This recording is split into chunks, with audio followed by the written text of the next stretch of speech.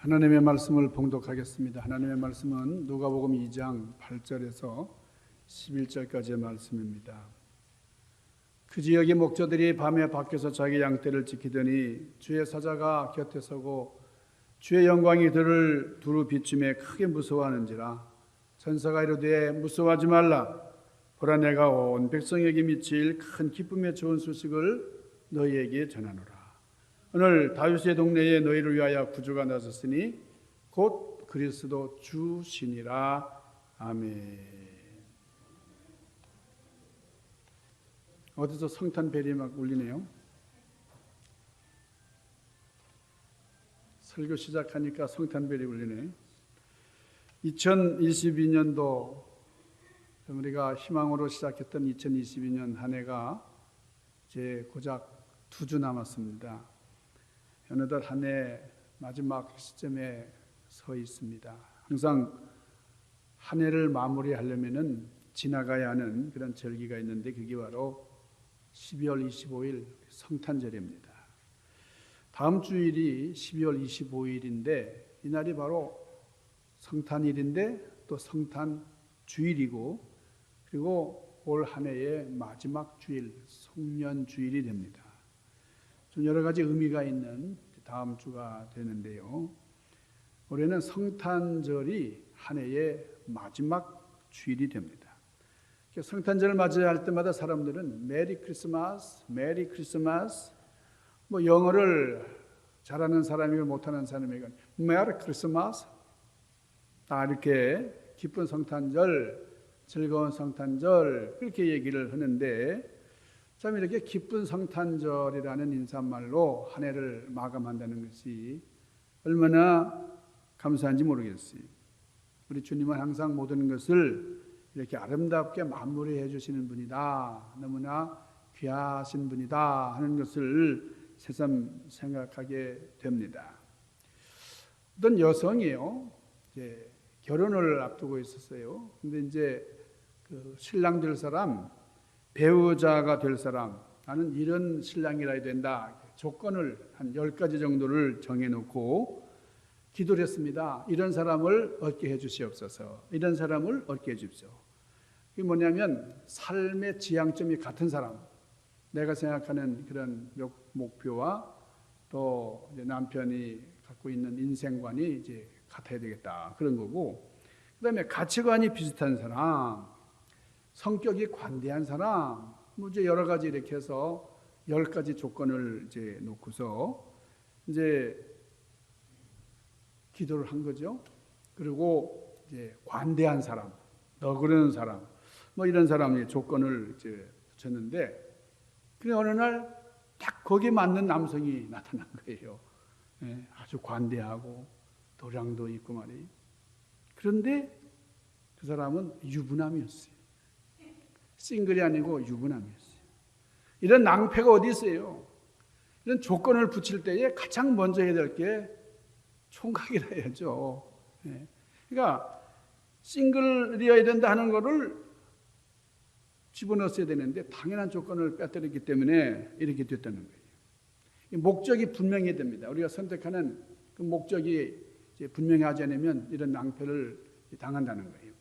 우리가 기억해야 될 사실은 예수 그리스도께서 하늘 보좌를 버리시고 이 땅에 오신 목적이 뭐냐? 오셨다는 것, 주님이 오셨다는 사실만 생각하는 게 아니라 주님이 왜 오셨나? 그 오신 목적을 우리가 분명히 알아야 된다. 이 성탄에는 깊은 복음의 중심이 있습니다. 이 성탄은 하나님이 인간이 되신 사건이잖아요. 그래서 성육했다, 성육신 사건이다 이제 이렇게 얘기를 합니다. 그래서 우리 그리스도교는 단순히 하나님을 믿는 종교가 아니고 하나님께서 사람이 되셨다라는 것을 믿는 종교예요. 하나님께서 전지전능하시고 모든 일의 궁극적인 원인이다 이런 것을 믿는 것으로 끝나는 게 아니라 하나님이 사람이 되셨다. 이게 바로 기독교입니다. 이 성탄절은 하나님의 생일이에요. 하나님의 생신, 하나님께서 사람이 되셔서 이 땅에 태어나신 날이기 때문에 그래서 우리가 다음 주일 좀 성탄을 이제 기대하면서 우리 성탄절에는 조금이라도 더 좀 풍성하게 서로 대접하고 서로 나누고 그렇게 하고 싶어서 어제 우리 친교 부장님이 전화하셔가지고 성탄절은 뭔가 좀 메뉴도 좀 많아야 되고 친교 시간에 좀 넉넉해야 될 것 같다고 이런 말씀을 하시는데요. 제가 공감합니다. 하나님의 생신을 우리가 잘 차려야죠. 자, 오늘 본문 11절 말씀이 오늘 다윗의 동네에 너희를 위하여 구주가 났었으니 곧 그리스도 주시니라. 여기 너희가 누굽니까? 여기 너희. 이 너희가 누구냐? 온 세상 사람들입니까? 그들이 누구인지는 누가복음 2장에 나타나요. 그리고 여기 10절에서 12절에 또 나타납니다. 온 백성에게 미칠 큰 기쁨이 좋은 소식. 그러니까 누구예요? 온 백성이에요. 이 세상에 있는 모든 백성들이. 그런데 다윗의 동네, 거기 목자들, 양을 치는 목자들에게 전했단 말이에요. 온 백성이 미칠 소식을. 그러니까 온 백성에게 미칠 큰 기쁨에 좋은 소식이지만은 일단은 목자들에게 전했다. 너희를 위한 양떼를 지키는 목자들, 너희를 위한 소식이다. 주님은 목자들을 위한 분이다. 이것을 말씀을 하고 있습니다. 그리고 14절에 가면 여기 너희라고 하는 표현이지만은 나중에는 하나님의 기뻐하심을 입은 사람, 하나님께서 기뻐하시는 사람들이다라고 이렇게 설명이 되어 있어요. 그러니까 정리해 보면 하나님께서는 온 백성에게 미칠 큰 기쁨의 좋은 소식을 주셨는데, 그러나 기뻐하신 사람들 중에도 베들레헴의 목자들에게만 먼저 전해 주셨다는 거예요. 그러니까 온 백성에게 미칠 큰 기쁨의 소식을 온 백성에게 전하신 게 아니라 소수의 목자들에게 일단 전하셨다. 이거는 앞으로 전개될 중요한 암시입니다. 중요한 일을 하시려고 하는 데 있어서의 암시다, 그 말이죠. 예수님께서는 모든 백성을 위한, 그래서 복음으로 이제 오셨지만은 모두가 이를 맞아들이지도 않았고 모든 사람이 기뻐하지 않았어요. 우리 지난 주일날 우리가 함께 생각했습니다만은 막 사람들이 놀라잖아요. 막 헤로드 왕도 놀라고 듣는 사람들마다 다 놀라잖아요. 그런데 하나님께서 콕 집어서 기뻐할 만한 사람들, 그게 바로 목자들이었다 하는 겁니다. 자, 성경에서는 성탄을 예수님의 오심이다 그렇게 말씀하시고, 또 예수님의 나심이다 이렇게 말씀하시고, 또 하나님의 인간의 되심, 그래서 태어나심, 오심, 그리고 되심, 뭐 이렇게 표현을 했어요.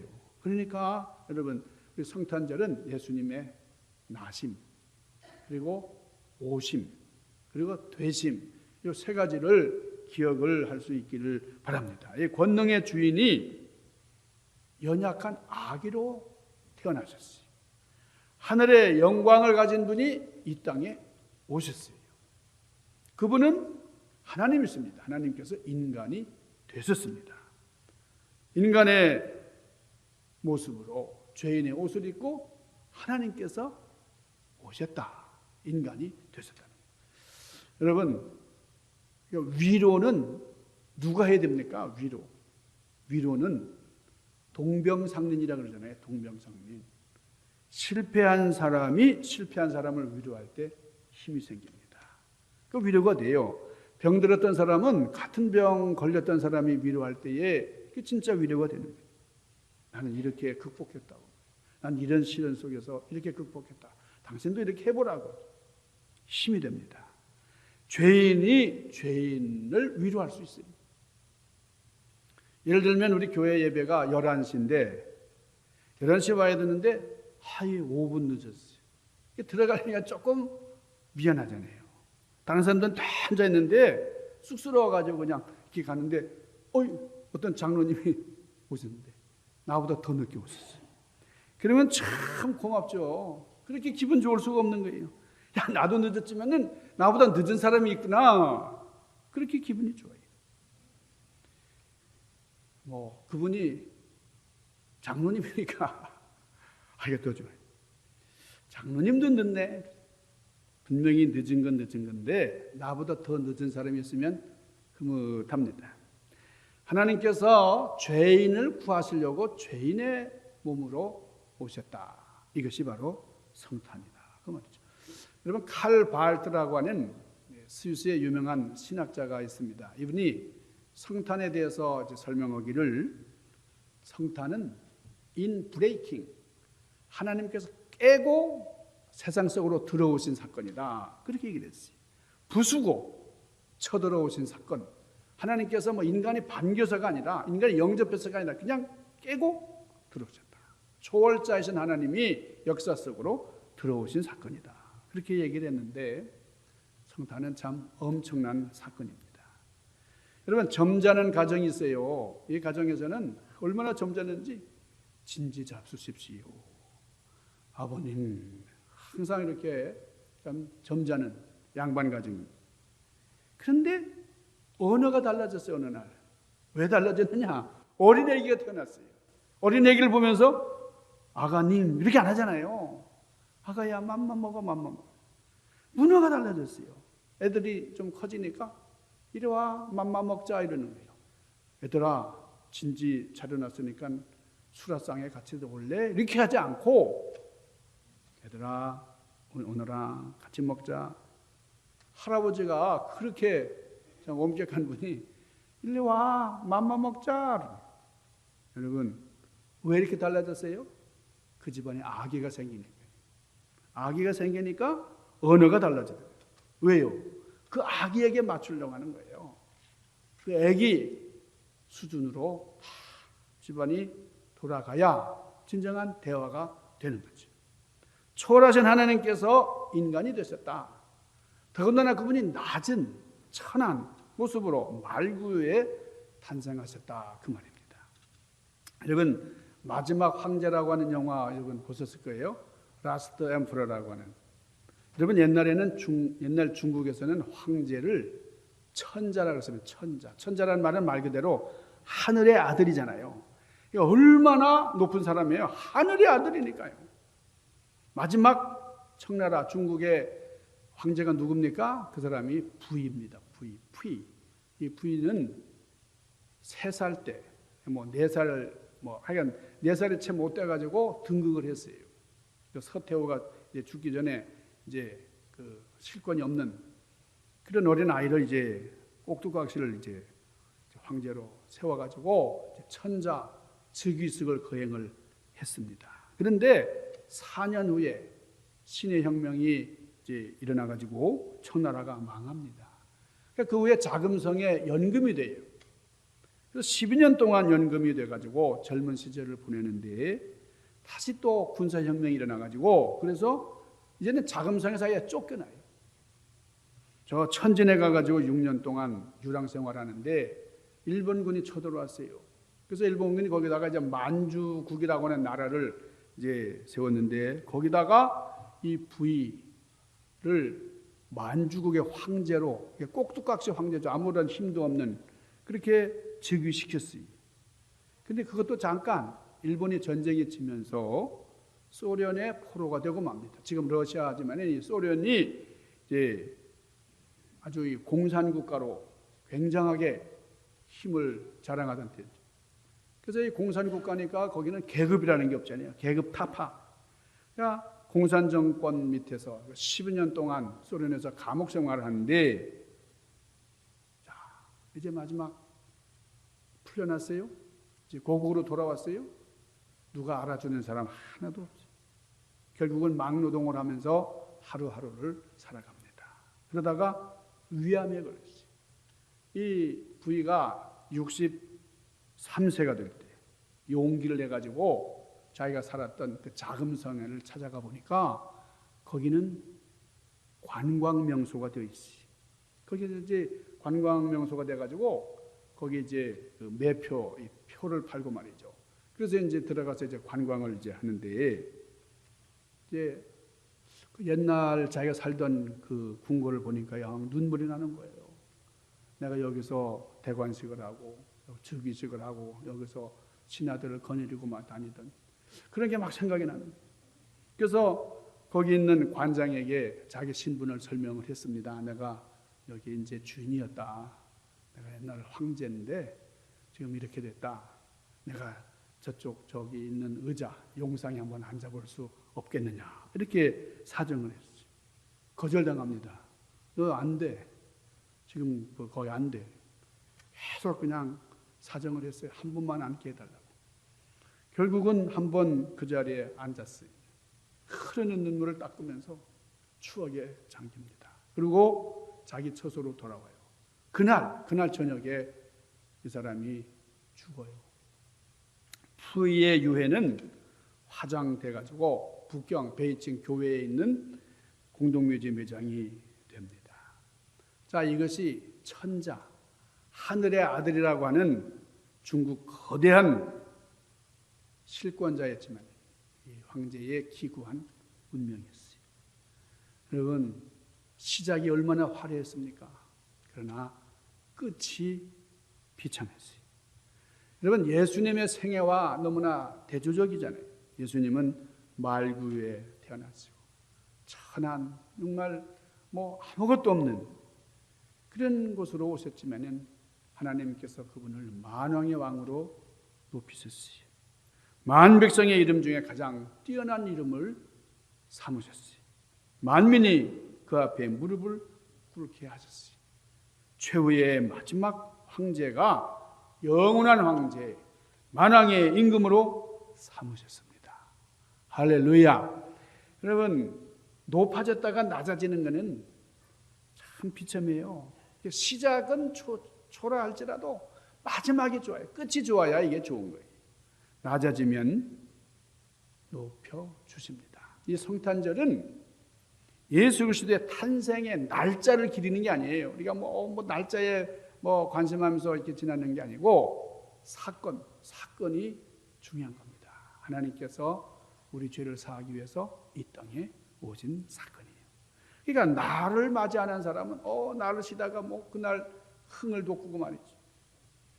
그렇게 비즈니스 하는데 이게 도움이 된다 이렇게 하겠지만은 우리는 하나님께서 이 땅에 오신 그 사건, 멸망에서 건져주시고 절망 가운데 있는 우리를 구원해 주신 구세주 예수님을 영접하고 주님을 경배하는 절기다. 이런 주님을 모시고 신앙 성공하는 우리가 되기를 바랍니다. 자, 오늘 여기 예수님 탄생 때의 그 주변 인물들 한번 좀 살펴보죠. 성공한 사람도 있지만은 실패한 사람, 대표적인 사람이 헤롯입니다. 헤롯 왕 때에 예수님께서 유대 베들레헴에서 태어나셨어요. 동방에서 박사들이 별을 보고 예수님을 찾아왔어요. 예루살렘에 이르러서 헤롯 왕에게 묻습니다. 유대인의 왕으로 나시니가 어디 계십니까? 헤롯 왕이 서기관들에게 물어봤어요. 베들레헴에서 태어난다. 그러니까 헤롯은 새로운 왕이 태어난다는 걸 알았죠. 그러나 헤롯 왕은 아기 예수께 경배하지 아니하고 2살 이하 아이들을 그 지경인 아이를 다 죽이는 잔인한 그런 살인죄를 저지르고 말았어요. 주님을 영접할 수 있는 절호의 찬스를 맞았는데 끔찍한 살인죄로 반응을 했습니다. 자, 두 번째, 여관주의입니다. 이 여관주의는 예수님을 박대했습니다. 요셉과 마리아는 예수님을 낳기 위해서 멀리 호적을 하러 이제 와가지고 거기 사람들이 너무나 이제 많기 때문에 아마 이태원 내가 이렇게 압사 사건이 있습니다만 아마 그 정도로 사람들이 북적거리는 그때에 그 여관이 정말 참 호경기죠. 정말 한 미천 뽑을 그런 때잖아요. 그러니까 여관을 찾아왔는데 한 군데도 그 만삭이 된 마리아, 요셉, 예수님을 맞이할 방 하나 없었어요. 어쩔 수 없이 그래서 구유에서 태어나셔야 했다. 마ಹು간에서 태어나셔야 했다. 여러분, 여관집 주인 생각해보세요. 예수님이 직접 찾아가셨는데 말이죠. 야, 얼마나 좋은 기회입니까? 예수님을 영접할 수 있는 놀라운 기회인데 말이죠. 만약에 예수님께서 그 여관에 태어나셨다면은 동방 박사들이랑 목자들 다 그 여관으로 왔을 거니 그 여관이 마저 큰 명소가 됐을 거예요. 성탄이 수만 번 지속된다 할지라도 여러분 우리 마음에 예수님이 태어나지 않으면 나와 아무 상관이 없습니다. 우리가 진정으로 예수님을 영접하고 예수님을 모시는 성탄이 될 수 있기를 바랍니다. 자, 우리 마리아를 봅시다. 마리아는 자기를 다 드렸어요. 가브리엘 천사가 나사렛 동네에 찾아와 가지고 마리아에게 수태고지합니다. 하나님께 은혜를 입은 자여, 하나님께서 너를 쓰시겠다 한다. 그럴 때에 마리아가 뭐라 그래요? 주의 계집종이 오니 말씀대로 내게 이루어지이다. 여러분, 놀라운 순종의 응답이에요. 하나님께서 인간의 몸을 빌려서 이 땅에 오시는 이 놀라운 계획에 순종한다고 하는, 여러분 이 세상 즐거움, 행복 다 포기해야 되는 거예요. 처녀가 아기를 가졌는데 남편이 나를 어떻게 생각할까? 그러니까 주변에 우리 그 가족들은 어떻게 생각하면 뭐 어떻게 여러 가지 고민이 많았겠는데, 그러나 처녀로서의 수치라든지 수모를 다 참고 몸을 드렸어요. 몸에 있는 온갖 영양가를 다 들여서 예수님을 영접했습니다. 예수님 잉태 탄생에 몸을 드렸어요. 몸을 다 바치. 여러분, 우리 안에 진리이신 예수님을 모실 때 우리 영양가 있는 모든 것을 다 드려서 주님을 영접하는 우리가 되기를 바랍니다. 요셉, 여러분 요셉 참 훌륭한 분이죠. 많은 수고를 하고 예수님을 영접한, 천사를 통해서 하나님의 가르침을 받은 요셉은 아니 나도 모르는데 어떻게 나와 정혼한 마리아가 임신을 했나. 좀 고의한 일이잖아요. 있을 수 없는 일이 벌어진 거잖아요. 자기가 알지 못하는 임신을 했다고 마리아를 타박하지도 않고 의심하지도 않고 입덧이 심한 아내, 무거운 몸, 먹지 못하는 마리아를 위해서 많은 수고를 했어요. 출산에 뒷바라지를 했고 애굽의 피난길에 기쁘고 즐거운 마음으로 수고를 다 했어요. 그리고 예수님을 영접했습니다. 이제 이 요셉이 가족들과 함께 나사렛 동네로 돌아와 가지고 목수일을 하면서 예수님 성장을 도왔다. 참 훌륭한 분이에요. 자, 우리 동방박사를 빼놓을 수가 없어요. 동방박사들은 우리의 역사적 고증에 의하면 약 1700리를 걸었다고 합니다. 그래서 그 출발해가지고 예루살렘에 왔다가 다시 베들레헴으로 가서 예수님을 경배하잖아요. 그게 한 달 반이 걸렸다고 그래요. 한 달 반. 역사적인 고증에 의하면 동방박사들은 여기 한 달 반 동안 고생하고 성탄을 맞이한 사람들이었어요. 그러니까 황금, 유향, 몰약을 예물로 드려서 대접을 했어요. 여러분이 황금과 유향과 몰약이 참 귀합니다. 왜냐하면 예수님 그리고 예수님의 부모님 아무것도 없는 그런 상태였는데 아주 노잣돈으로 요긴하게 쓰셨을 거예요. 어떤 이단 교주가요 인터뷰를 할 때 그러더라고요. 당신은 너무너무 호화스럽게 삽니다. 당신 요트도 가지고 있고 비행기도 가지고 있고 뭐 대단한데 왜 이렇게 부자입니까? 그랬더니 우리 예수님이 부자예요. 예수님이 어떻게 부자입니까? 그분은 황금과 유향과 몰약을 어릴 때부터 갖고 있던 분이에요. 막. 그러면서 자기가 이렇게 사치하게 사는 거 나무라지 말라고 뭐 그러더라고요. 제가 TV에서 잠깐 봤는데. 여러분, 동방 박사들이 황금과 유향과 몰약을 정성껏 드렸어요. 좀 애굽으로 피난 생활하면서 이렇게 쫓겨나가는 우리 예수님 요긴하게 쓰여졌다는 거죠. 자, 그다음에 오늘 주인공 여기 목자들입니다. 목자들은 천사들의 그 기쁜 소식을 전해 듣고는 그냥 바로 즉시 베들레헴으로 가서 마리아와 요셉 그리고 구유에 놓인 아기 예수님을 경배했습니다. 여러분이 목자들은 가진 것 없는 사람들이지만 즉시 즉각 여러분 감사하는 것은 즉시 해야 된다는 거예요. 한참 꽃같이 감사하는데 한참 있다가 하는 거 그냥 감사는 빨리 하는 게 좋습니다. 매도 빨리 만드는 게 좋지만 감사 경배하는 목자들은 그냥 그 천사들의 메시지를 듣자마자 베들레헴으로 달려갔어요. 여러분 이 목자라는 직업이요 다윗도 목자였죠. 그리고 애굽을 살린 요셉도 목자예요. 형들이 다 목자였고 여러분 이 세상에 가장 처음 아담과 하와 그 아들이 누굽니까? 가인과 아벨이잖아요. 이 사람들이 가졌던 직업이 가인은 농부, 아벨은 목자였어요. 농부와 목자예요. 이게 다 먹여 살리는 직업입니다. 근데 인간들이 이제 점점 이렇게 발전하면서 도시가 생기고 우리가 도시 생활하다 보니까 목자 신분은 참으로 천한 신분으로 삶이 어려워졌어요. 비참하게 살았어요. 직업이 분화되면서 여러분 한국에 있는 그 직업 사전이 있는데 한국의 직업이 몇 개쯤 되는 것 같아요. 한번 여러분 추측해 보세요. 직업이 12,145개 한국에. 아마 미국도 아마 비슷할 거예요. 미국은 아마 더 많겠죠? 세분화되어 있기 때문에. 직업 사전에 기록되는 게 12,145개. 그 중에 하나를 우리가 선택해서 우리가 이제 조합을 가지고 살아가는 건데 옛날 근동에서 만들어진 작업 리스트가 있는데 거기서도 모든 그 직업 중에 목자라는 직업은 아주 천한 그런 신분이었다는 거예요.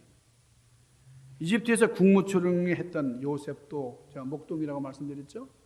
그러니까 옛날에는 그래서 이 요셉이 목동이었다는 걸 막 지우려고 하는 그런 흔적이 있다 그래요. 이집트 그 애굽의 그 실록들에 의하면 실록들을 보면은 그걸 막 흔적을 지우려고 이 목자라는 신분이 어디서든 이렇게 쳐냈기 때문에.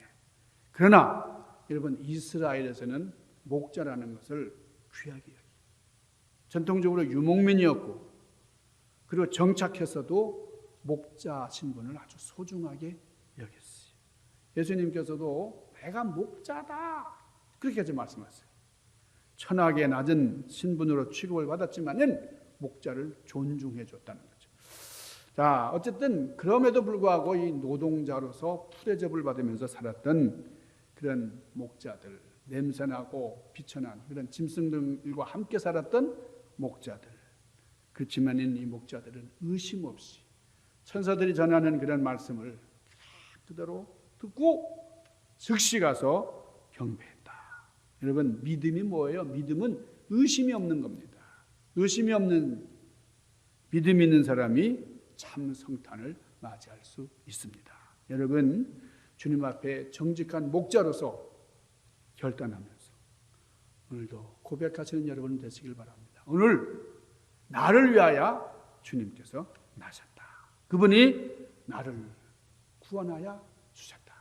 여러분 이런 믿음을 가지고 주님을 경배하는 귀한 성탄의 주인공들이 되시기를 주님의 이름으로 간절히 축원합니다.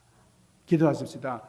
거룩하신 아버지, 우리는 목자의 입장에서 그 옛날 천사들의 메시지를 의심 없이 받아들이고 즉각 주님을 경배할 수 있었던 신앙의 여정을 우리도 본받고 주님을 경배하는 진심으로 주님을 영접하는 저희들 되도록 인도하여 주시옵소서. 성탄하신 예수님 이름으로 간절히 구하옵나이다.